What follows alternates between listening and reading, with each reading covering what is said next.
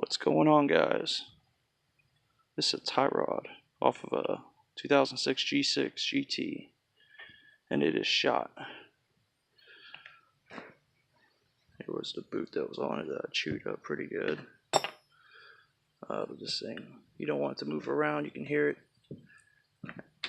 Actually, there's a lot of play in it. Hear that?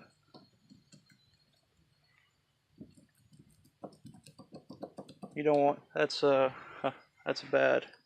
Yeah. This is your castle nut. And how to do this job, how to do it easy and how to do it fast is pretty simple. The first thing you're going to do, remove the wheel, obviously. Tie rod's going to sit on there, something like this.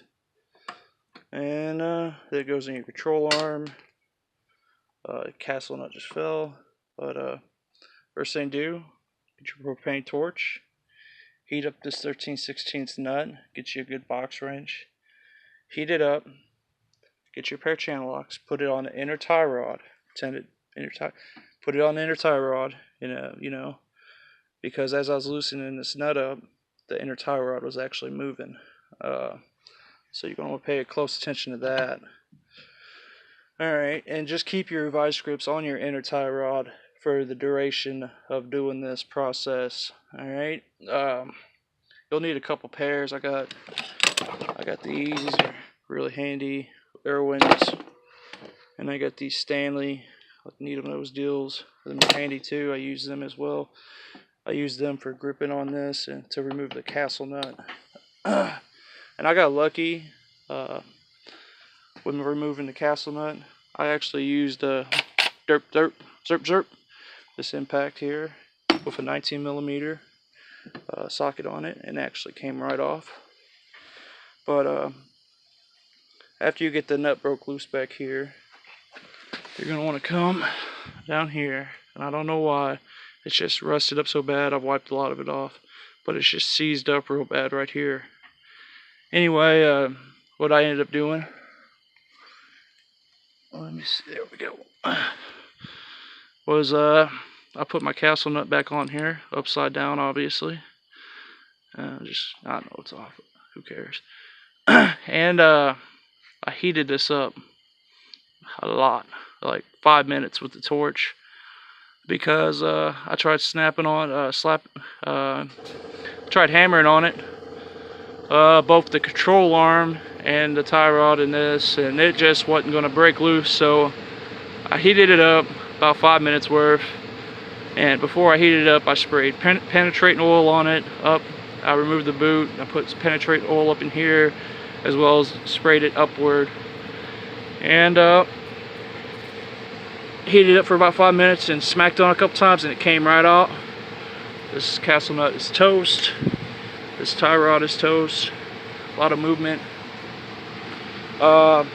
Yeah, it's a pretty it's an easy job if you got the right tools. If you got the heat to heat it up, it's a pretty easy job to do. You're going to need these for removing your cotter and pin, for straightening it out, removing it. And actually, after you get the tie rod broke loose, you might want to take this to hold the shaft here, so you can actually back this nut out, because this spins pretty easily. And then you just put your new tie rod on. Like I said, just leave your vice grips and everything on your inner tie rod, and tighten it up, throw it back together, and shouldn't have any more problems. But yeah, this thing was giving me all kinds of trouble. It wasn't, and before I put the new tie rod on, actually, I took a piece of 80 grit, just a little piece of 80 grit, folded over, and I cleaned the control arm where it meets this, and I cleaned the inside because it was pretty rusty, and I sprayed a lot of penetrating oil in it to help everything come together and seat together, and it worked out pretty good. I know I ain't showing it outside on the vehicle doing this, and I'm sorry, but I figured in the warm garage and in the vise was better for me. It's straightforward, it's simple. You got 13/16 nut back here, You got 3/4 inch nut down here, or 19 millimeter, and castle nut. Remember, before you start whacking on it, it's always put your castle nut on upside down and then hit on it, and put it into bottoms out, not till it bottoms out, just to where it meets the bottom of the threads, and you got a good level there.